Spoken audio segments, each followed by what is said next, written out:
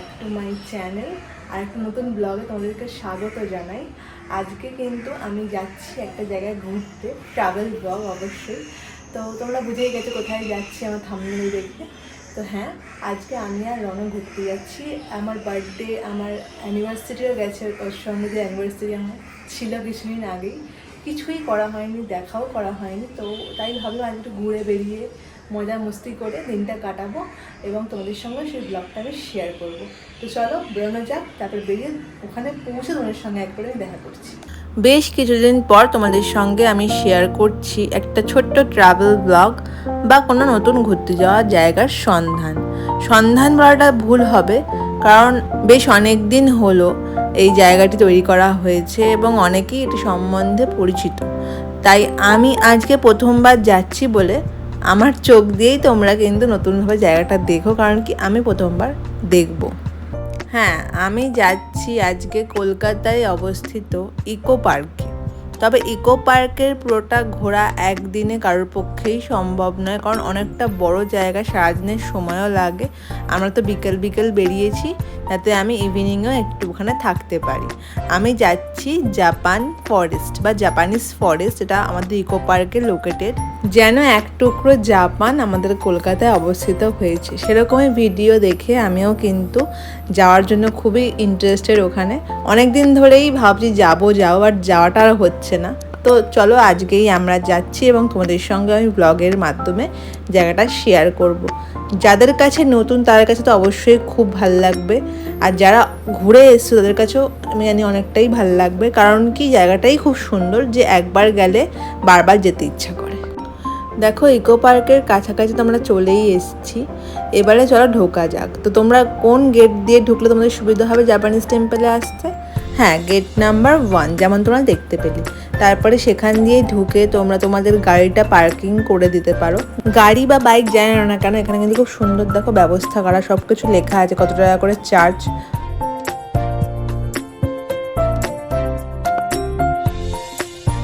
আমি এখন ফাইনালি চলে এসেছি কিন্তু ইকো পার্কের ভেতরে।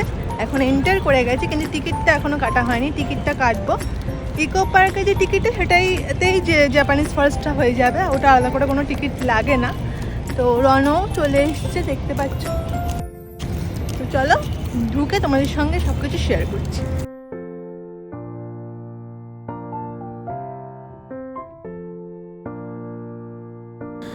পার্কিং স্লট থেকে বাঁদিক ঘেঁষে একটু হাঁটলে তোমরা পেয়ে যাবে ইকো পার্কের টিকিট কাউন্টার। এখন টিকিট আমরা কেটে নিচ্ছি, 30 টাকা করে মূল্য পার হেড। 30 টাকার মধ্যেই জাপানিজ টেম্পল ইনক্লুডেড। এখন প্রথমে ঢুকেই আমরা দেখলাম নেভিগেশন ম্যাপ, সমস্তটা ম্যাপে আঁকা আছে, কারণ কি এই জায়গাটা অনেকই বড়, তার জন্য সব কিছু ম্যাপে আঁকা কোন দিকে কি আছে। এবার দেখো আমরা কিন্তু জাপানিজ ফরেস্টের দিকে যাচ্ছি, আর ফার্স্টে এত সুন্দর মানে ফরেস্ট টাইপের করা এখানে। আর বেশ বৃষ্টি হয়েছিল বলে একটু অন্ধকার হয়ে গেছিলো, তার জন্য আরও সুন্দর লাগছে। ফোনে একটু ব্রাইট লাগছে, কিন্তু এখানে একটু হালকা অন্ধকার ছিল। দেখতেই পাচ্ছ ইকো পার্কের ভেতরে আমরা ফ্রন্টে একদম চলে এসেছি। এবারে আস্তে আস্তে আমরা বাঁদিক দিয়ে হাঁটতে চলে যাবো জাপানিজ ফরেস্টের দিকে। তার আগে আমি একটু লেকটা এসে দেখে গেলাম, কারণ আমি কখনোই আসিনি ইকো পার্কে সেরকমভাবে। তাই ফার্স্ট টাইম এসেছি যখন, ইকো পার্কের একটু ফ্রন্ট ভিউটাই আমি তোমাদেরকে দেখাচ্ছি এবং আমিও এনজয় করছি। বিকেলে একটা এত সুন্দর রাস্তা দিয়ে হাঁটতে কার না ভালো লাগে বলো, আর সুন্দর একটা হাওয়া দিচ্ছে এখানে। হাঁটতে আমরা চলে এলাম জাপানিজ ফরেস্টের সামনে। তো প্রথমেই তোমরা দেখতে পাচ্ছ এরকম 4টে দ্বাররক্ষী টাইপের রাখা আছে, এগুলোকে বলা হয় লায়ন ডগ। যে কোনো জাপানিজ মনেস্ট্রির সামনেই এগুলো থাকে। এরা হচ্ছে mainly protector of the monastery, এগুলোকে বলা হয়। আমরা কিন্তু চলে এসেছি আমাদের জাপানিজ ফরেস্টে। চলো এবার ঢোকা যাক।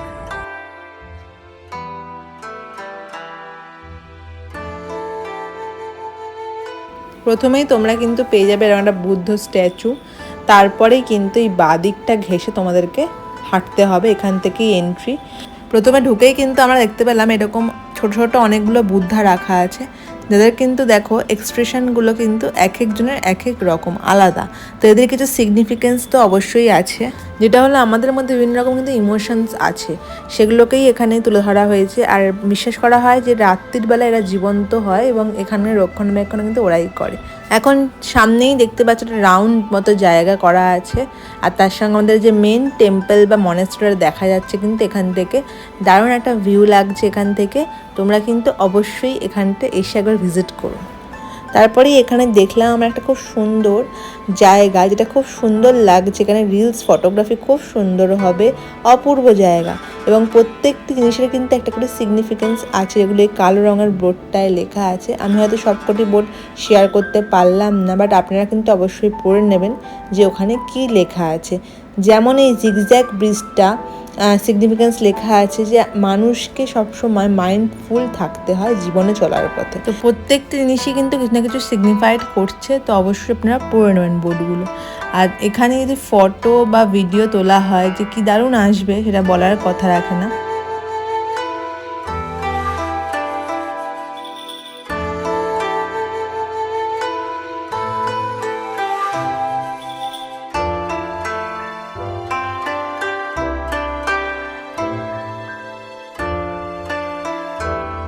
এবারে আমাদের মেন আকর্ষণ, যেটার জন্য আসা, সেটা হচ্ছে এই মনেস্ট্রিটা।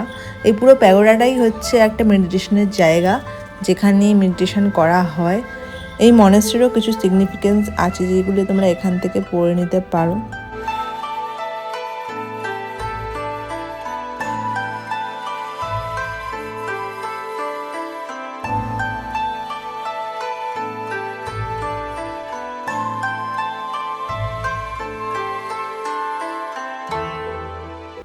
ভেতরটা কিন্তু অসম্ভব সুন্দর, আর ভীষণ একটা শান্তির একটা ভাইবস আসছে।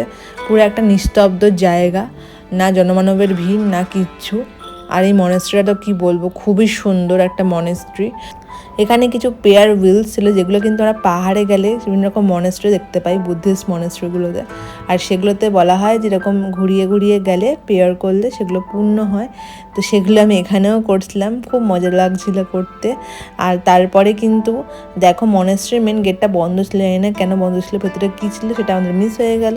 তো চলো, সন্ধ্যা হয়ে যাচ্ছে, এবারে বাইরের দিকে যাওয়া যাক। সন্ধ্যেবেলার ভিউটাও কিন্তু আমি তোমাদের সঙ্গে শেয়ার করব।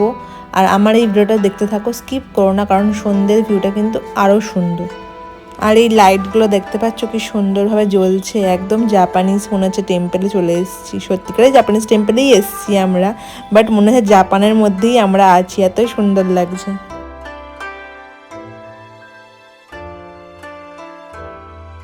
এই হলো সেই জায়গাটি, যেটা আমরা অনেকবার ভিডিওতে দেখেছি, অনেক প্রি ওয়েডিং শ্যুটও হয়েছে। এটার নাম হচ্ছে সিরিজ অফ তোরি। এখানে বিশ্বাস করা হয় বা সিগনিফাইড করা হয়েছে এটা এখানে, যে এখানে এই ভেতর থেকে হাঁটলে আপনার বা আমার জীবনের সব রকম নেগেটিভিটি কেটে যাবে। এবং তোমরা যদি এখান থেকে হাঁটো তাহলে স্লোলি হাঁটবে এবং কাউন্টিং করবে যে কতটা স্টেপ হলো তোমাদের। আর তোমাদের ইনার সোলের সঙ্গে তোমরা কিন্তু কানেক্ট করতে পারবে এখান দিয়ে তোমরা স্লো মোশনে হাঁটো। আমরা এখান থেকে বেরোনোর পর সামনেই দেখলাম একটা ছোট্ট পন্ড, তার মধ্যে বোল রাখা। সেই বোলে কয়েন ফেলে উইশ করলে তোমাদের উইশ পূর্ণ হবে, এখানে সেটাই বিশ্বাস করা হয়। আর তারপরে এখানে হাঁটতে হাঁটতে অনেকগুলো বুদ্ধাস মূর্তি বা ফেসের যে স্ট্রাকচার হয় সেগুলো রাখা ছিল, যেগুলো হয়তো অনেক কিছু সিগনিফাইড করে, যেগুলো সব কিছু পড়া সম্ভব হয়নি। ফাইনালি চলে এলাম কিন্তু মুন গেটে। এই গেটটার নাম মুন গেট কারণ কি মুন শেপের বলে। এরও কিছু সিগনিফিকেন্স আছে, যেটা লেখা আছে। আর লাইট জ্বলে যাওয়ার পর আরও সুন্দর লাগছে জায়গাটা। এরও সামনে রাখা হচ্ছে ব্যাম্বু লাইটস, যেগুলো কিন্তু লাইটগুলো জ্বলে উঠছে, সন্ধে হয়ে গেছে তার মানে। এরও কিছু সিগনিফিকেন্স আছে, যেগুলো এখানে লেখা আছে। এই জায়গাটাতে আবার আমরা আসবো একটু পরে, কারণ কি অন্ধকার পুরোপুরি হলে এই জায়গাটা আরও সুন্দর লাগবে, এটা আমার বিশ্বাস। ফাইনালি চলে এলাম কিন্তু জাপানিজ রেস্টুরেন্টে। জাপানিজ ভাইবসটাকে আরও স্ট্রং করার জন্য কিন্তু একটু অথেন্টিক জাপানিজ ফুড ট্রাই করা যেতেই পারে। তো চলো, লেটস ট্রাই।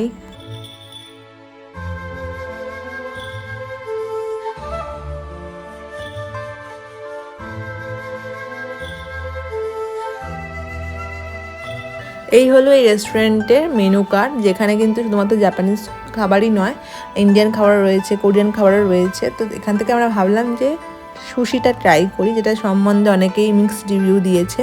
তো আমরা ট্রাই করে দেখি আমাদের কেমন লাগছে।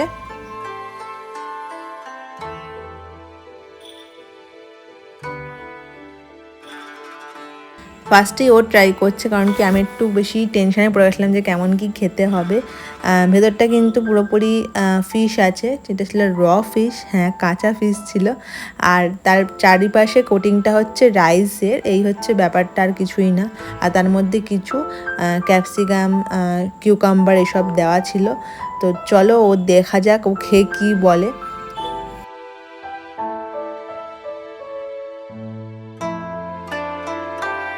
রনর তো নাকি ভালোই লেগেছে, মোটামুটি খারাপ অতটাও নয়। তো আমি দেখো এখন খাবো, আমি ভেঙে ভুঙে খাচ্ছি, আমি একবারে অতটা খেতে পারবো না। আর আমার এক্সপ্রেশনটা দেখেই তোমরা বুঝতে পারবে যে আমার কেমন লেগেছে।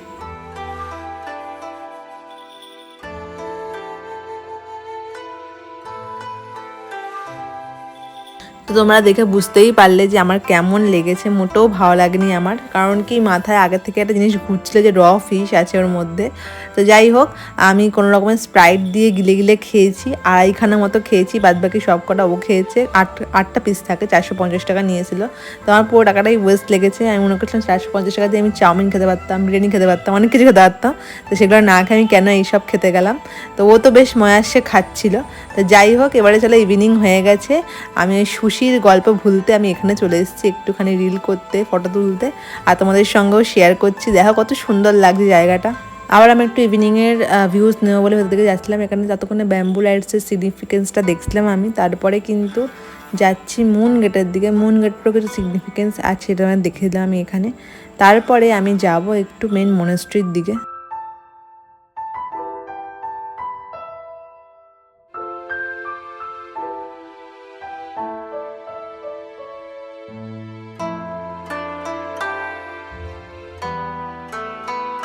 হয়ে গেল আমাদের জাপানিজ ফরেস্ট, জাপানিজ টেম্পল ঘোরা।